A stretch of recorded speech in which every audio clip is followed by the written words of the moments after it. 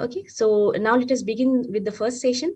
Our first session, the first talk will be taken by Professor Janani Sri Muralidharan. He is a professor in IIT Bombay in the Mechanical Engineering Department. She is also our principal investigator um, of this project.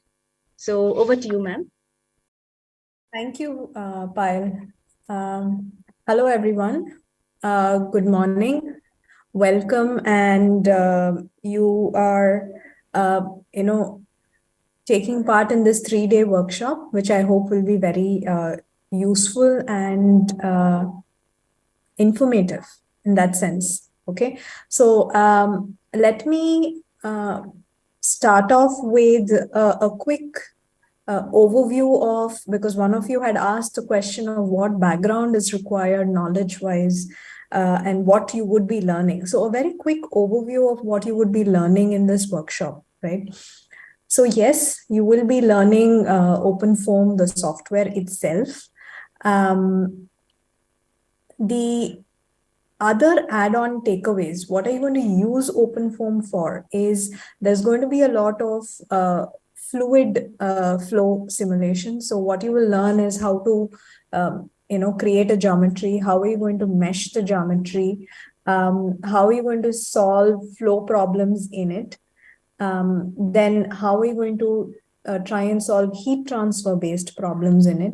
Maybe we will have 1 or 2 sessions on if you can try and code something in OpenFOAM. So we will take you to the bandwidth of flow and heat transfer problems, some very basic ones, laminar flow, turbulent flow, conduction, convection problems, and finally finish off with some amount of coding. So as a beginner's workshop, this would take you through the general span of CFD. So before I begin, I would like to understand, so a lot of you are students, which is good, but generally, can you tell me if, do you have a background in CFD? All you can say is Y or Ns, and do you know what CFD is? Do you have a background in CFD? You can just type in the chat box.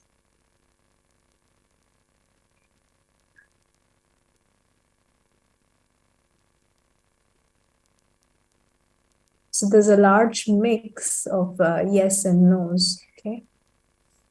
And that's fine, that's okay. It's not going to cripple you.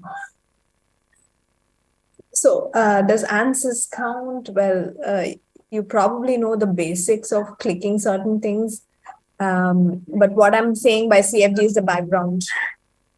All right. So I can see a mix, which probably is fine because we have factored in that, and what we intend to do in this first section is give you a overview of what CFD is. What exactly does CFD do?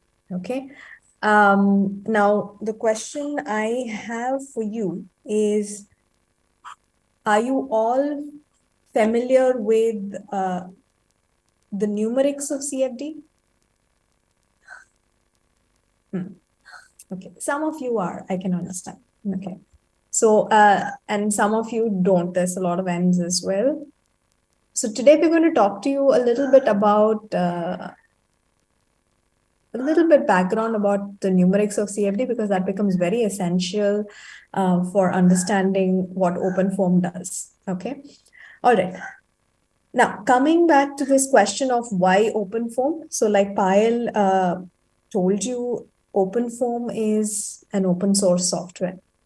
So I'll go a little bit further, having dealt with this area for a couple of years now.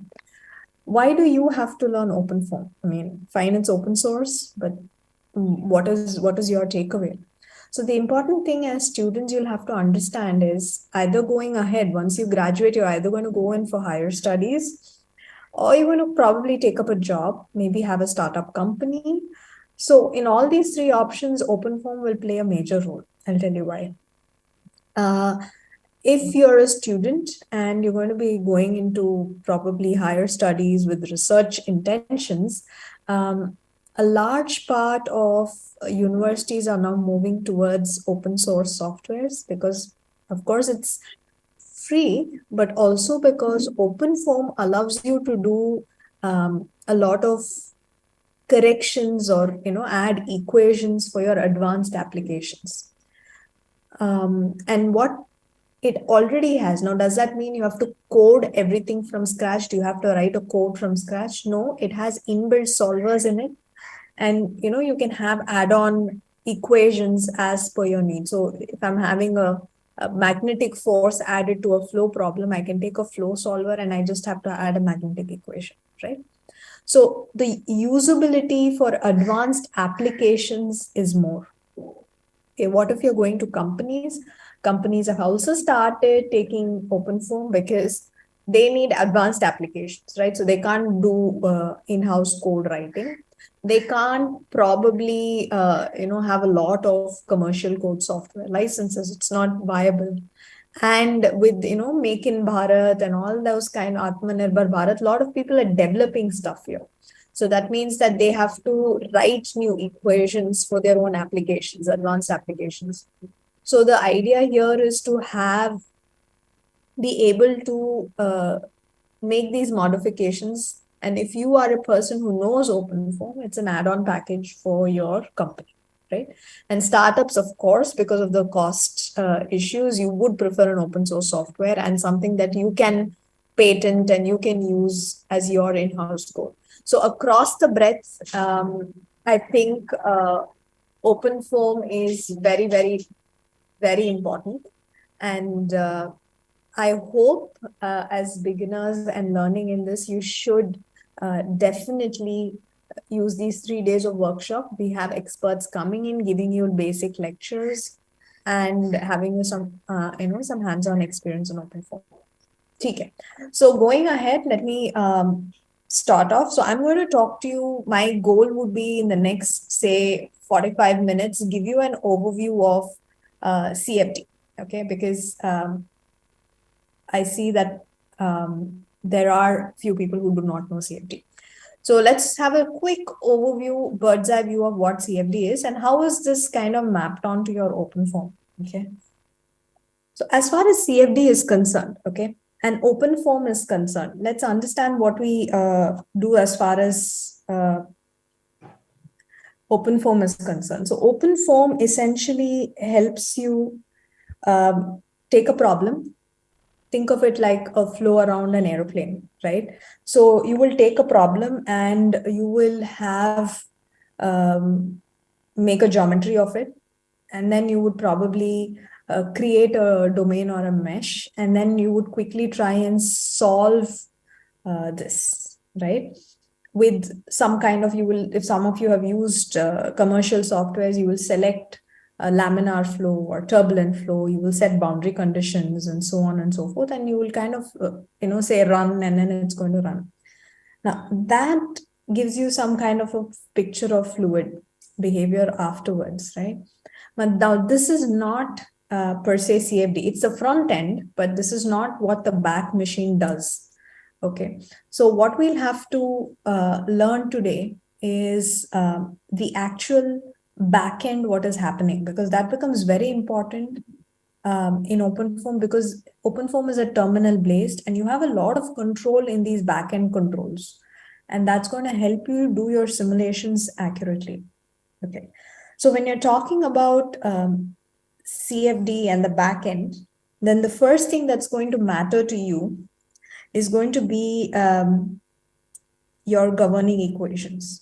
So can someone just speak up and say what governing equations I probably am talking about? Anyone? Equation of motion, madam. Navier-Stokes.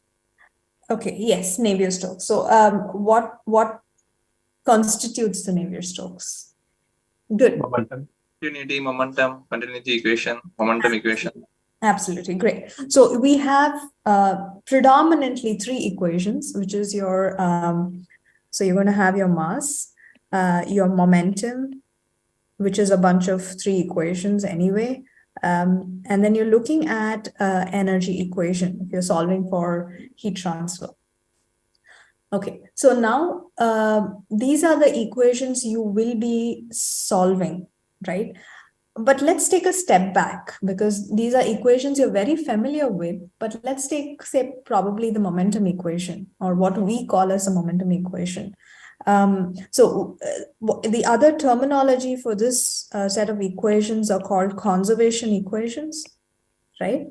So why are they known as conservation equations? Because they talk about some basic laws, right? Mass cannot be created, right? And momentum is F is equal to ma, correct? So, so when you're talking about these fundamental laws, which is why they're called conservation equations, they talk about some physics, the fundamental physics, then we need to question where this law, or basis what this law has come about.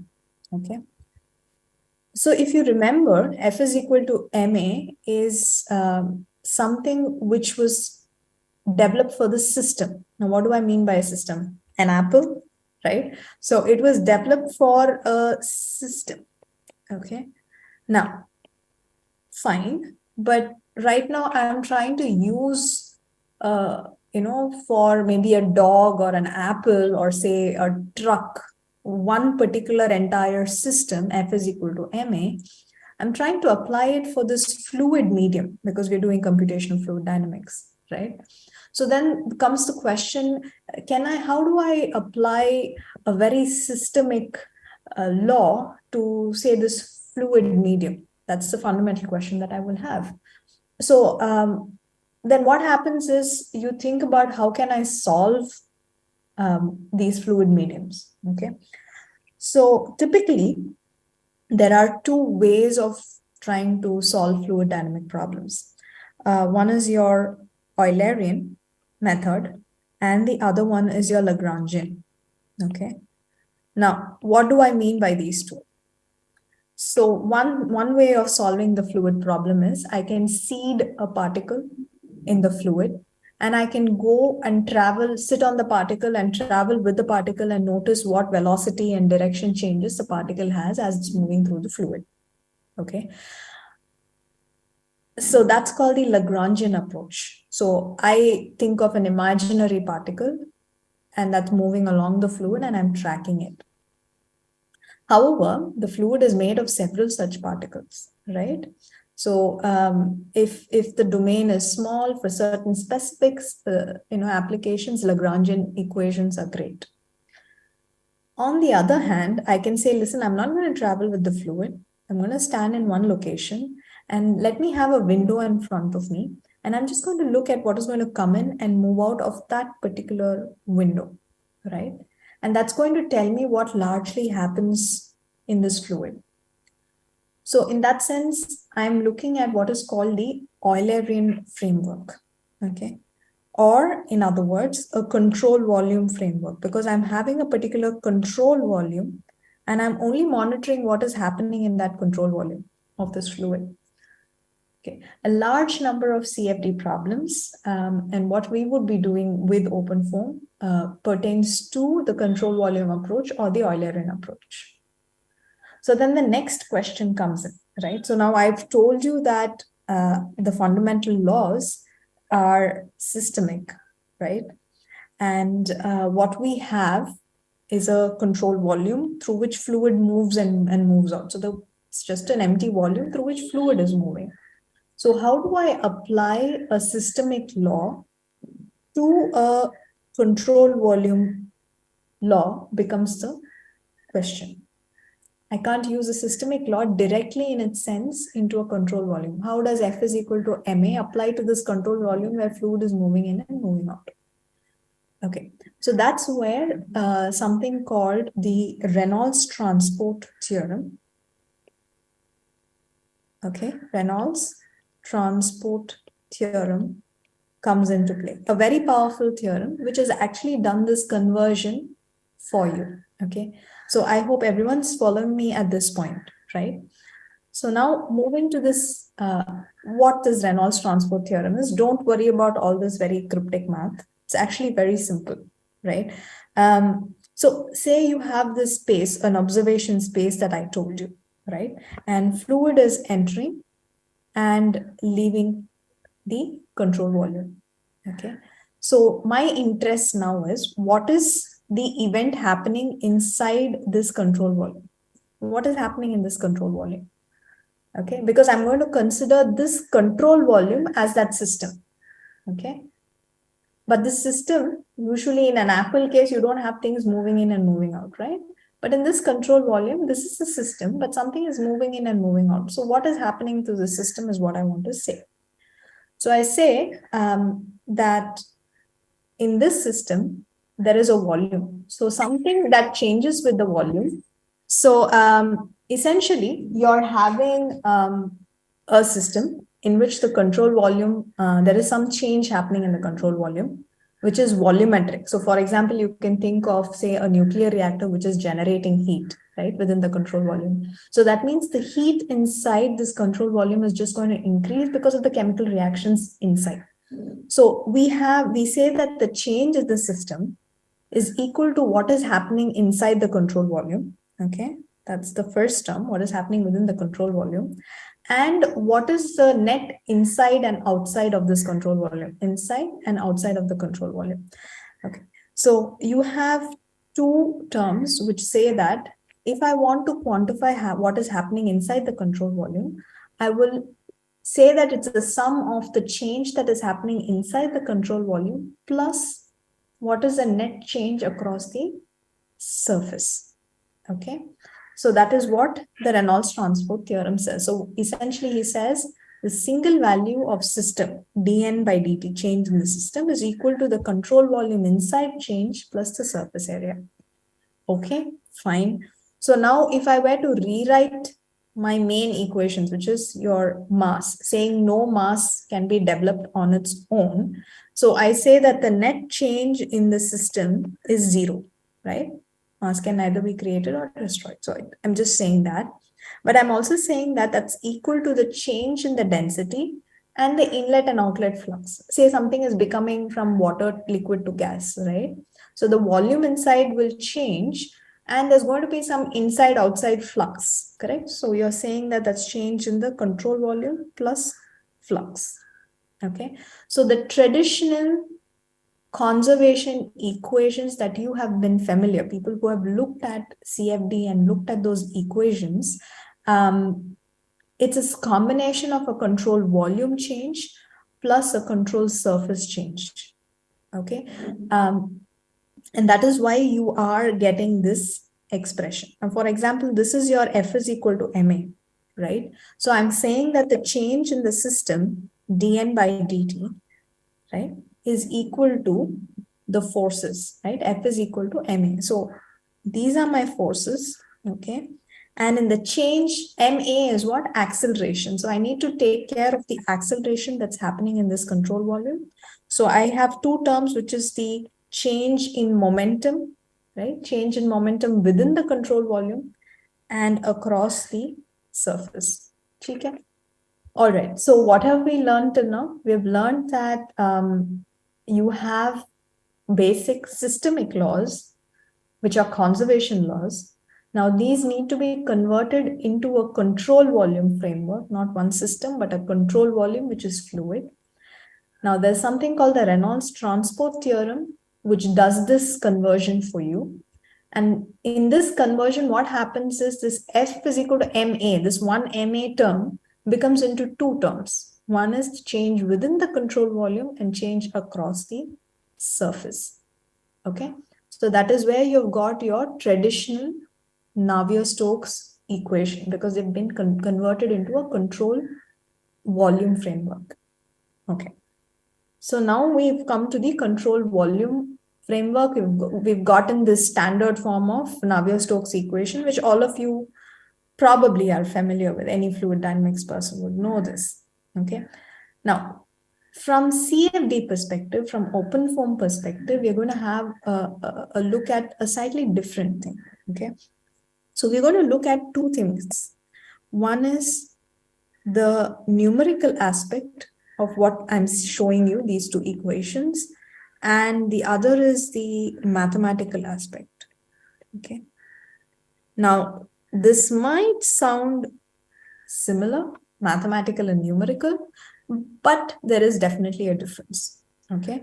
Now, when I talk about mathematical, what I mean by is, you can see, say, a ball, a cricket ball that's just moving across. In terms of fluid, you can have a fan or a blower and you see air moving past, right? So you can say that, oh, listen, I'm going to solve that flow field, okay, of air movement using the momentum equation. Okay, and it has all these terms that's there in it. Okay, there are 4 terms that you see. But what is important, what I mean by mathematical is there is some kind of physics or physical phenomenon that's happening. The distinction you see in the next slide. So if I have a flow through a pipe, right? Now, if I'm having a flow through the pipe, what drives the flow? Anyone? Pressure difference. The Pressure drop. The pressure drop, the pressure difference, absolutely. It's not just the pressure, but the pressure drop, right?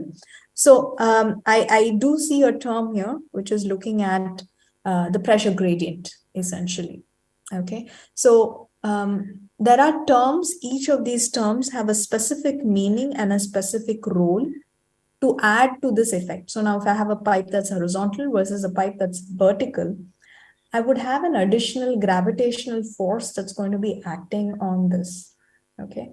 So the top part of the fluid and the bottom part will have different behaviors, okay? Now, that is going to be important with the gravitational force term.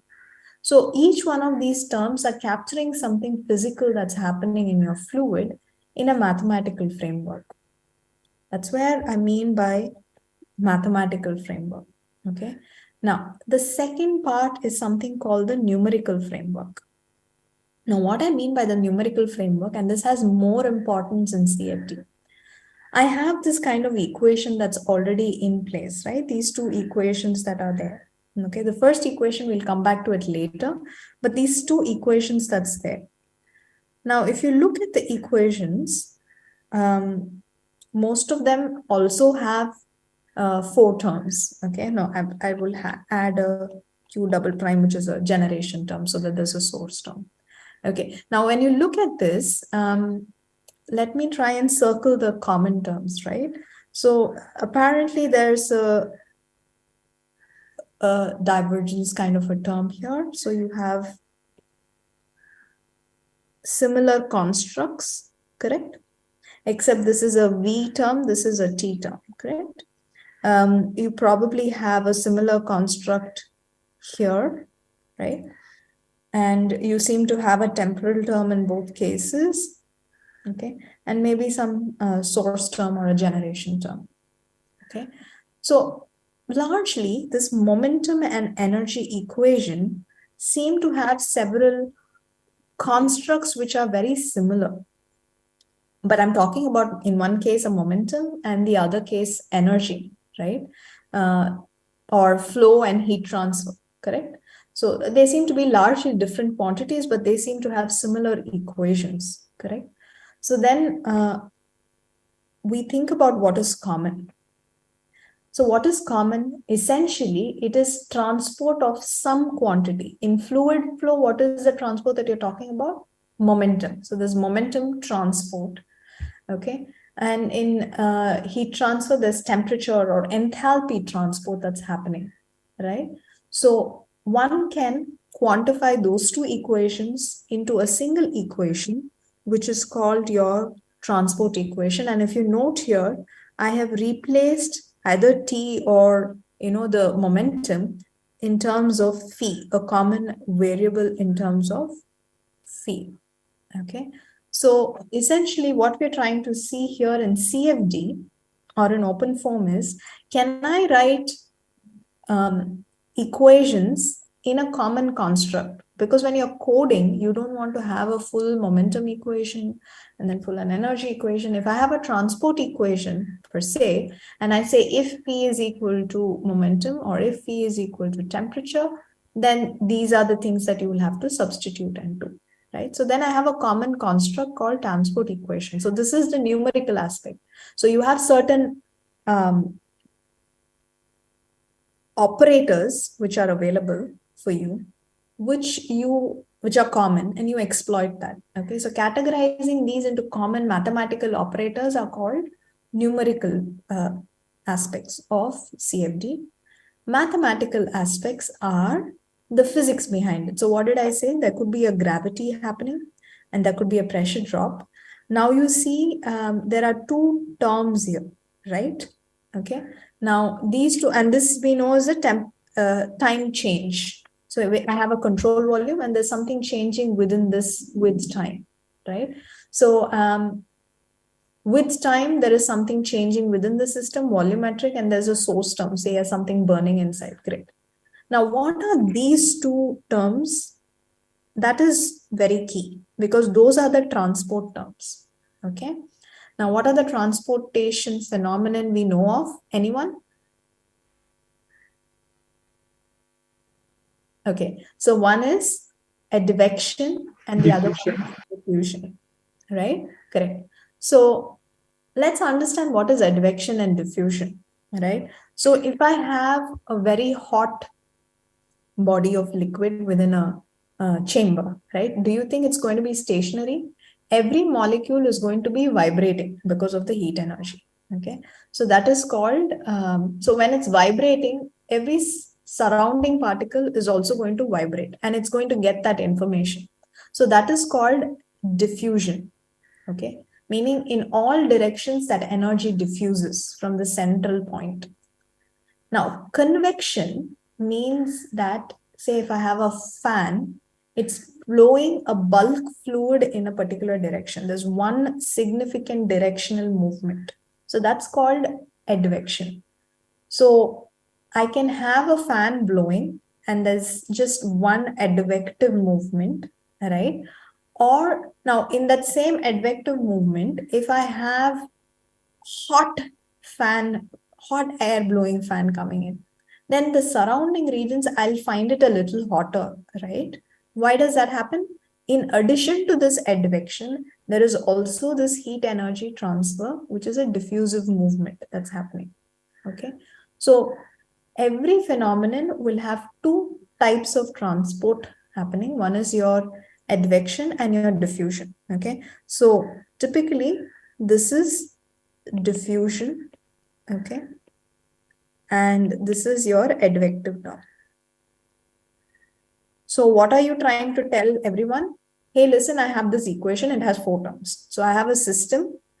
This system change, transport in this system happens by some change within the control volume, some source term like gravity force on this, okay, the fluid is going to be affected by that, as well as what is the flow behavior, which is advective, and this flow behavior can be, combination of bulk movement plus vibratory movement. That's all those 4 terms mean, okay?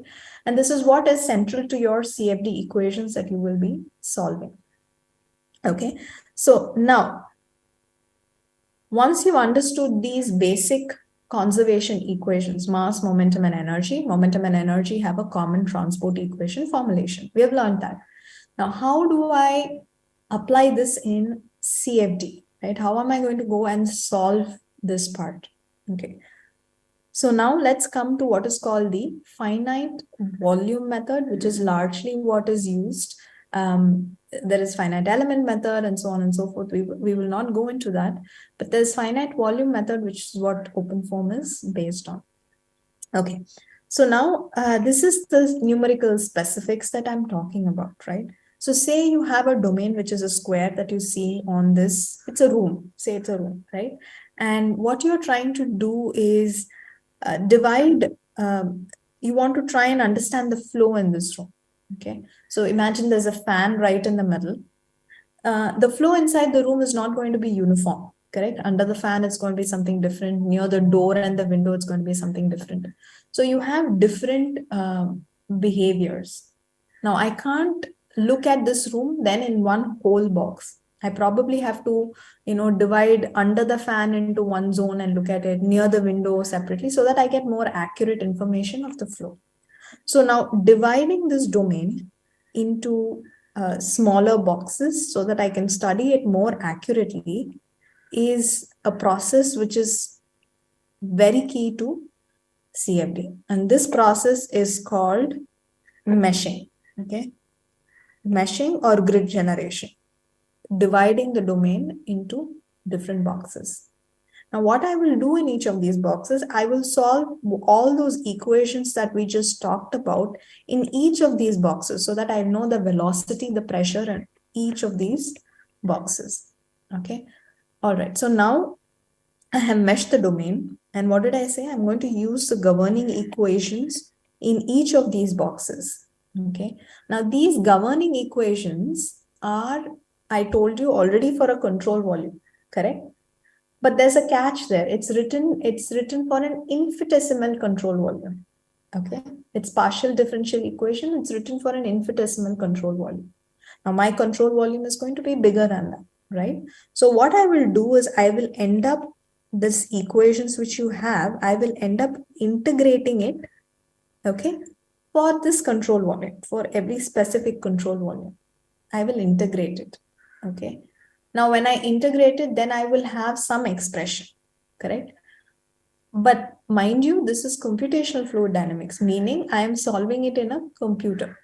So if I'm going to solve it in a computer, what do I need? I need it to be an algebraic equation, correct? So I have an algebraic equation that needs to be formed, okay? So this governing equation to a, that is a PDE, when I'm integrating, it will form an equation, and then I make specific choices in that equation to make it algebraic. So there's important choices that you make. Okay, now we will see some examples now very quickly. So you'll be making some specific choices for making this algebraic with the goal that the computer should solve this for you. Okay, so what is the finite volume method? Why is it called finite volume? I have a control volume. I have a governing equation, which is infinite control volume, but I'm trying to integrate it into a finite control volume, right? So that's called the finite volume method. A domain divided into finite volumes, okay? You have finite volumes and you're solving equations within that, which is called the finite volume method. Okay, so let's take an example. Okay, so we should take a very simple 1D steady state equation. Okay, steady state conduction. So when you have a 1D steady state conduction, say this is a rod. Okay, and I'm just going to divide that into, what was the first step? Meshing, right? So I'm taking a rod and I'm dividing it into 3 boxes. So that's going to be 3 control volumes. Okay. And what was the second thing? You have to write the partial differential equation. So does anyone know the steady state conduction 1D? Okay, let me write it. Del square T by del square. Yes. So I presume a source term as well at this point. Okay. So what we're saying here is that your thermal conductivity gradient, a derivative of that plus S, so source term, is equal to 0. Okay. So now what do I have to do? I'll have to start integrating this. Okay. Integrating this, how? Integrating this across this control volumes. Okay. So let's look at it a little bit more in detail. Okay. So you have the heat conduction equation like I've just mentioned, right?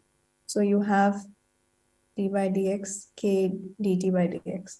So can someone just tell me whether this is the advection or the diffusion term? Anyone? Advection? Let's go back and check what did I write.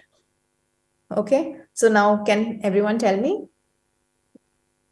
Diffusion. Diffusion. Diffusion, absolutely. So what are we saying? Conduction heat transfer is a diffusion equation. Did you see that? Right? So what does it mean? By heat transfer, what is conduction? If I heat one end of the bar, the other end also slowly sees the heat, right? So how do we say that? The molecules within the solid vibrate and then they transfer the heat. So vibration, that means diffusion, right? So diffusion is what we've been seeing, and that's your conduction, pure conduction equation. There's no flow happening. So it is diffusion. Great. So now I'm going to have to integrate this, right, in a control volume. Okay. So now I've divided the rod into 3 control volumes. Okay. So say the central control volume is of my interest, right? So that means that I have to, this control volume's span is from here to here, from between the 2 yellow lines, right? So that means, let me call this P means the present cell, and some cell to my east is E cell, some cell to my left or the west cell. So this is the east of me, and this is the west of my present cell. Okay. Now the walls, let me call it small e and small w. Okay. So essentially, the control volume P, which is I'm interested in, is I'm going to integrate this equation, integrating the equation from W to E, right? From west to east. Is that fine? Okay. Because I'm trying to understand what is happening within that control volume. Okay. So when I integrate that, okay, now what I will make a first choice is, how do I divide it? See, I can have a rod, right? And I can divide it into 10 parts, or I can divide it into 3 parts. What is the choice I'm making? The size of the cell is something I'm making a choice about, number 1, right? So when I integrate it, then the dx is actually x, delta x, that size of the cell. So essentially I integrate it and you will get this. Is everyone okay with this? I've integrated this part and I'll just get k dt by dx, okay? And s delta x. So I've integrated this. Now, is this an algebraic equation? Not yet, right? Because I have a gradient term still. So I have to make a choice about this gradient. So let's look at what happens to this gradient term. Okay, so when I have this gradient term that is here, right, I need to decide where this gradient term is. So let's look at that equation. I've just rewritten that equation you see here, right? So it says k dt by dx at small e. Okay, so that means it says small e is here and small w is here, correct? So at this corner or this face of this control volume, I need to calculate this gradient. So dt by dx, I need to find out in this wall or face. That's what it's called, face of the control volume. Okay. So now then I have to decide what the gradient is. Okay. Let's say that this cell is about 100 degrees and this is about 50 degrees. Okay. Now I can make a choice again. I can say that, hey, listen, my cell is going to be fully 100 degrees. Okay. And this cell is going to be fully 50 degrees. Then what happens at the wall? There is a discontinuity, correct? So that's not correct. So what we typically do is the center of the cell is what we assign a particular temperature. Okay. So this is 100 and this is 50, the center. Now I'm going to say that the variation is continuous. It cannot be discontinuous. So what I say is, let me presume a linear variation. Okay. So if I make an assumption that it's a linear variation, then I calculate the gradient, right? dt by dx. Okay. So then I say delta t by delta x. Okay. So this x that you see here is nothing but the distance between the 2 centers, delta xe. Okay. So we say that Tp, which is temperature of the center of this cell, minus Te, which is this here. So Te minus Tp by the distance is what we are saying. So now I've got an algebraic form here. The same thing I do it for this other term. Okay. So can I substitute? So what I do is I substitute this and this back into this equation. Okay.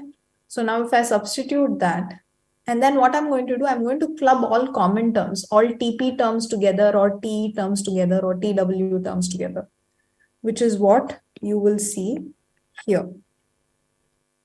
I've clubbed all the common terms, all the TP terms together, all the TW terms. Why? I'm solving for temperature. So I'm only interested in the different temperatures, right? And then what I'm going to do is all these are coefficients. So I'm just going to call it TP ka coefficient, I'll call it AP. T coefficient, I'll call it AW, and B means source term. That's all. Now I have an equation, right? I have an algebraic equation. There's no problem. If I know my thermal conductivity and the cell size, I can solve this equation. Okay, great. Now, we were looking at conduction, which is a diffusion, right? Now we have actually in transport equation, we saw 4 terms, of which 2 were the transport terms, which was diffusion, and then there was an advection term, correct? So this part, which is the diffusion part, I showed you how we did this, right? Now the advection part is similar, okay? Now I won't spend a lot of time, but we make a similar choice about advection to get an algebraic equation. Okay, so I will skip that for this moment. Okay, now just assume that we will use a scheme similar to this linear approximation. We will use a central difference scheme. Okay. Okay. And what we will say is this advection term phi E is equally informed by phi P plus phi E by 2. So I'm saying here my flux term phi E is a half of these two. Okay, we will not go into too many details. The essence that you have to understand is this equation, no, this partial differential equation, I'm converting into an algebraic equation. So every term I have to make some approximation and you will get an algebraic equation, which will take this form. Okay. All right. So now once I've created that algebraic equation, I need to go further and solve it. Okay. Now before we solve it, a quick recap. What did we learn? We said that equations from system, it goes to a control volume form. So the form that you know of is the control volume form. Then we looked at the stages in FVM. What is that? We mesh it to make it into common smaller control volumes, the domain. Then we write the governing equation, right? And then we will integrate the governing equation. Fine. Once we've integrated, you will have a gradient term. So you make specific choices like a linear variation or an average and convert it into algebraic form, right? What was the algebraic form that you had? AP TP is equal to AE TE plus AW TW plus B. Okay, so how did I get this expression? I took, say this cell here. I said this is my P cell, right? This is my P cell. To my P cell, I have a neighbor, east neighbor, and a west neighbor. So if I want equation for this particular cell, I need information from my neighbors. Why? Because they are interacting with me. Flow is going to happen from one to the other, right?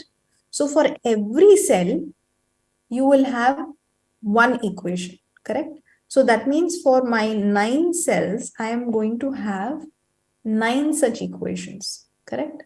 If I'm solving momentum, right? So then I have a system of algebraic equation, 9 such equations on how many ever boxes you have. And I have this entire set of equations that I will have to solve, okay? Okay. So how do I solve a system of equations? So I have a bunch of equations, okay? And I have 9 such equations, okay?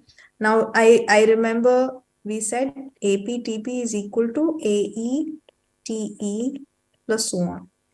So I can write this in a matrix form because computers can solve matrices. So I'm going to write all the coefficients as A, okay? The unknown, I have to find the temperature, right? The unknown as T is equal to any source term that you might have goes on the right hand side. So this is in what form? AX is equal to B form, correct? So I club all the coefficients. What all coefficients? All the 9 equation coefficients in this form, the unknown here, and the source term. Okay. Now this is for one equation. I will have how many? So how many unknowns are there? Let's take your momentum equation. So what are the unknowns for your Navier-Stokes? Anyone? The answer is there on the board. And velocity, UVW Yes. components, and also W. Then Pressure. and density, temperature. pressure. Density is typically known for incompressible flows. Okay. So you're talking about UV, W, and P, right? And temperature if Yes. you're solving for the energy equation. That's correct. So now I would have a system of equations. So this set that you see here is for, say, U equation. So I would have 3 such sets at least, U, V, and P. If temperature, 1 more, right? And this is an entire set system of equations which you will have to solve. Okay. Now you can solve it in one go. Okay. But typically it's more stabler to solve one at a time and help feed into the other. Okay. Now that is called the segregated approach, meaning you solve one, then use that to solve the other and then come back. Okay. All right. One question I have. So now you have a equation, which is your continuity equation, which is your mass conservation equation, and you have the momentum equation. Okay. So that means you have a U, this is basically a U equation, right? Momentum is also a U equation, right? It just happens to have a pressure term. Okay. So what you notice here is there is no explicit equation for pressure, correct? So then how am I going to solve and get pressure solution? I don't know. And it's very important because pressure also drives the flow, right? So here it appears that both these equations are largely U equations. And how am I going to find the pressure is a challenge. Okay. So now where have we moved on? We've said algebraic equation I've done. There's a bunch of algebraic equations I have to solve. But you know, there is one pressure term there which I don't have an equation for specifically. How will I solve this part? I don't know, right? So now we are looking at solving these equations in a segregated manner, one after the other. So let's look at how to do that, okay? So there's a method called simple, which is semi-implicit method for pressure-linked equations, okay? How do we do this? Okay. So what I'm going to do first, let me take this equation first, the momentum equation, okay? I will say that let me assume the pressure, okay? I might have an estimate or I might have a previous time step. If I'm solving for 10 seconds, I will know what is happening in the 7th second for the 8th second information. So let me assume some value of P, okay? Now, if I assume a value of pressure, okay, then what happens? I can solve this equation, okay, and I will get a velocity, okay.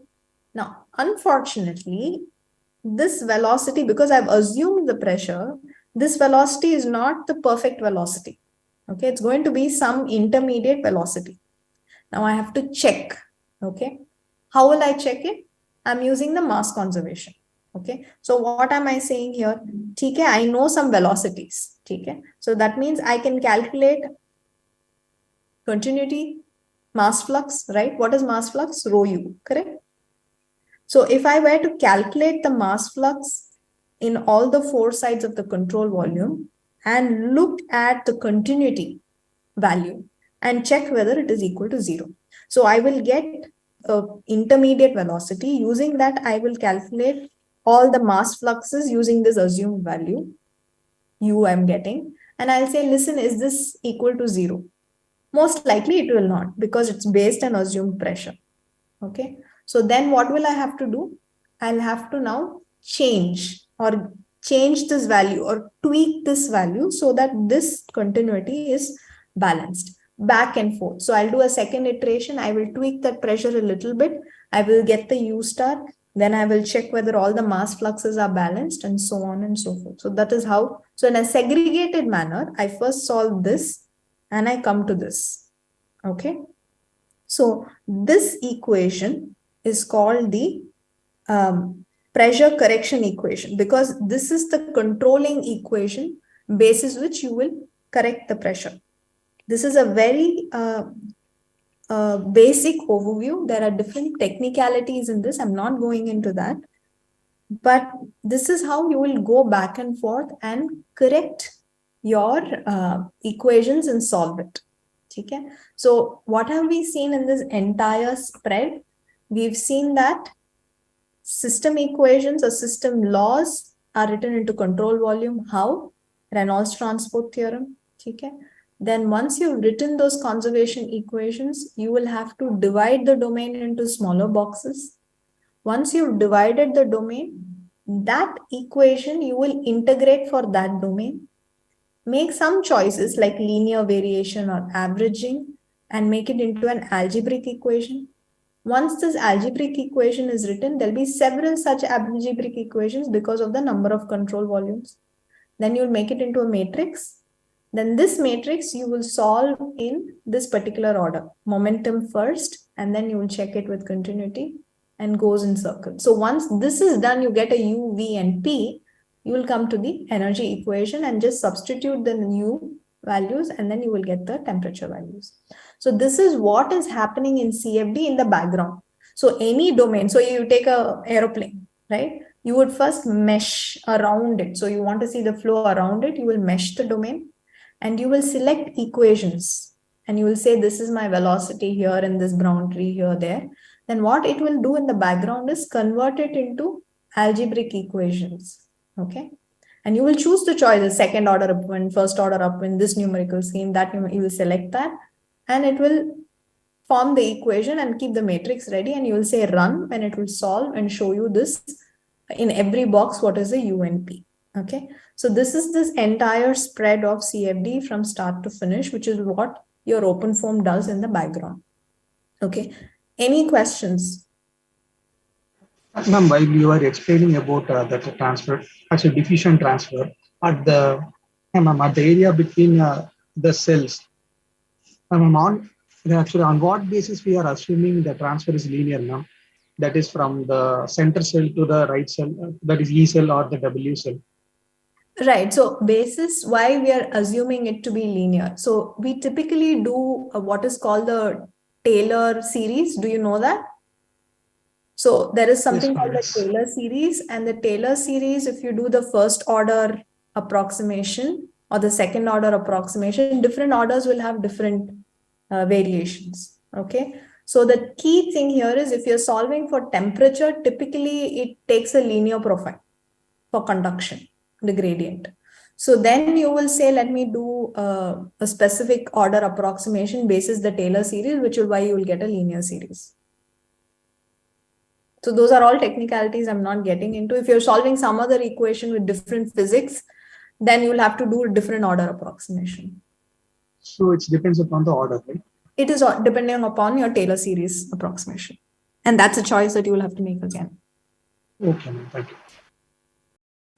Ma'am, could you explain advection once? Okay. So what in advection did you have problem understanding? Like, I didn't get the general idea of what it is. Could you, like, diffusion I understood, but advection. Okay, so let me do another one. Okay, so say you have particles, and there is going to be some kind of flow that's happening, right, as a bulk.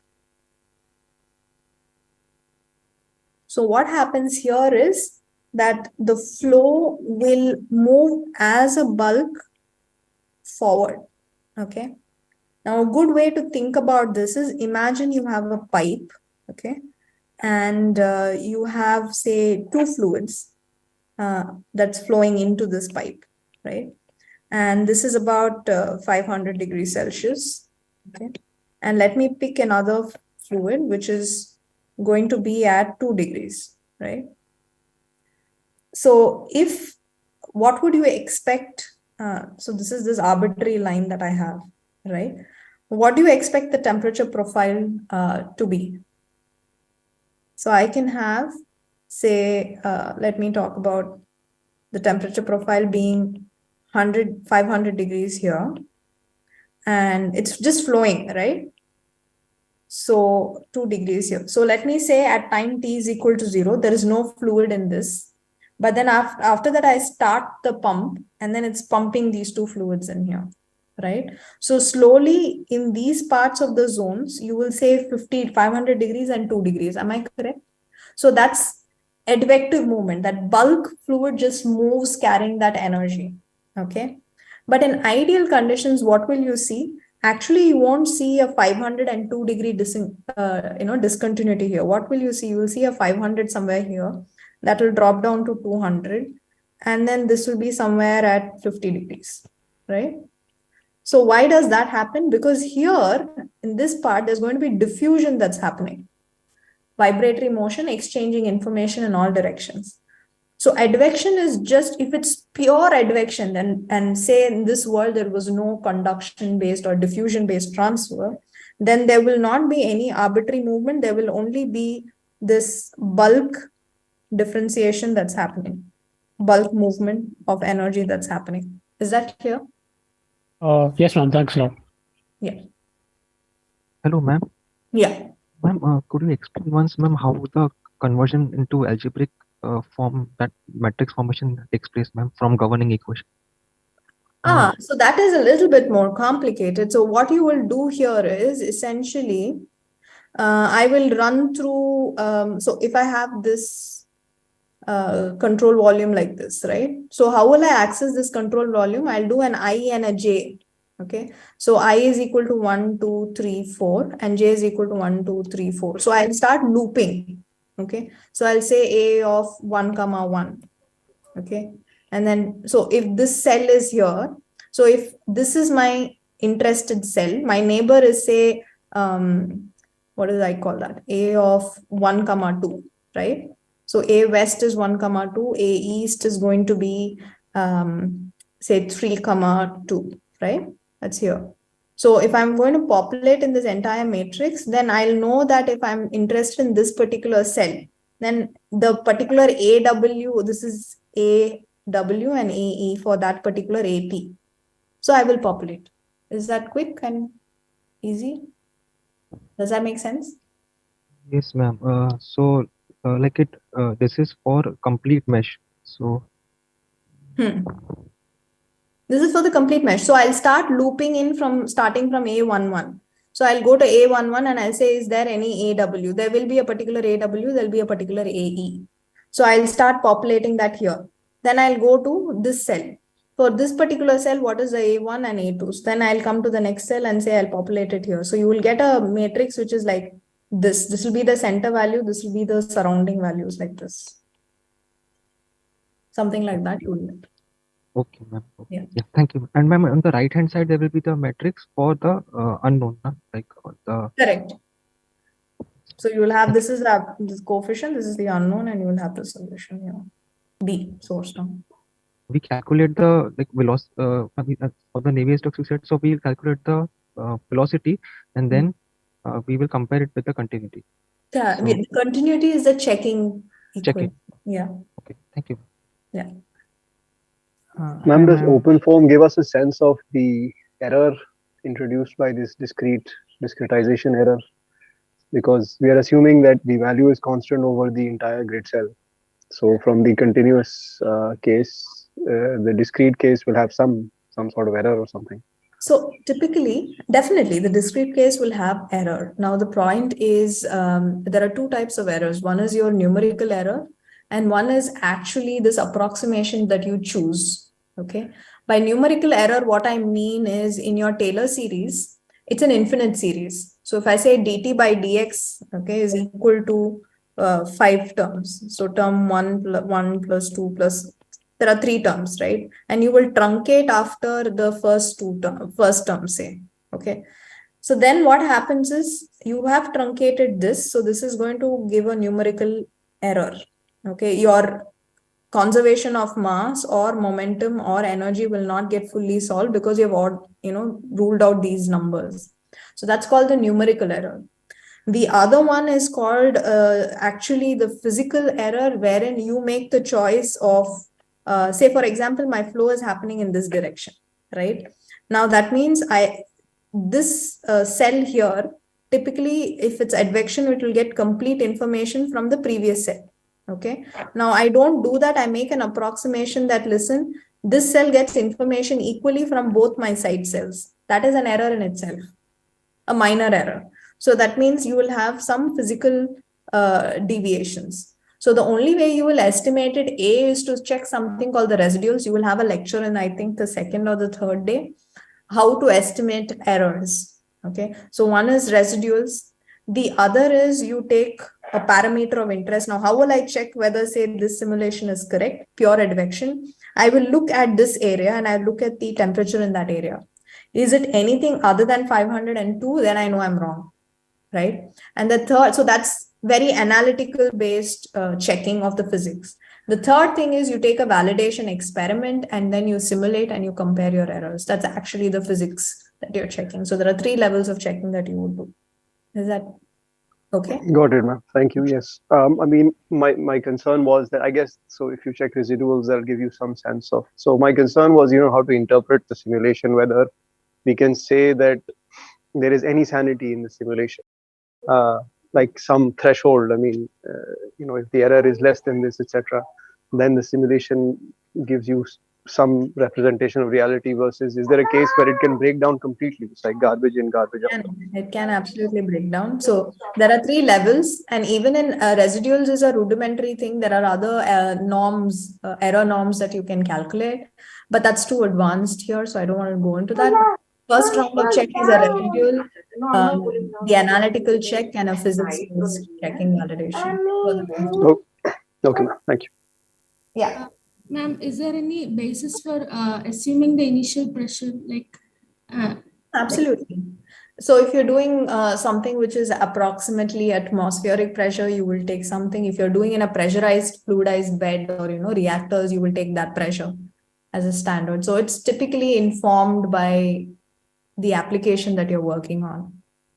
Okay, ma'am. Then also, at first we assume the pressure, then we check it with the continuity equation, and when we go to the next iteration, how do we assume? Is it an assumed pressure again, or is there? So let me quickly explain that. So let me presume a very rudimentary example. Say I have assumed a particular pressure, and that has given me an influx. Say based on continuity, I say mass flux of 4 and 4 is getting out, and 2 and 2 is getting in. So this is after the first iteration, right? So now what it tells me is that I am chucking out more than I'm pulling in, which is not possible. So then what do? I actually, I'm hoping you're seeing my screen, right? So, so what you see here is there is more going out than coming in. So what do I have to do? I actually have to have slightly more coming in. Correct. So if I have to have slightly more coming in, or in other ways, I have to have slightly more going out, right? So then I will correct the pressure. I will either increase. So once you increase the pressure, what happens? Things will stop coming in. But if you want more to come in, I will drop the pressure, correct? So if I've assumed a pressure of, say, 2 bar, I will drop the pressure by, say, 0.5. So 1.5, I will say, let me take it as 1.5 bar, right? So that means more is going to come in. Okay. So in the next iteration, so basis this logic, I will decide if I have to drop my pressure or increase my pressure for the next iteration so that I can pull in more. Does that make sense?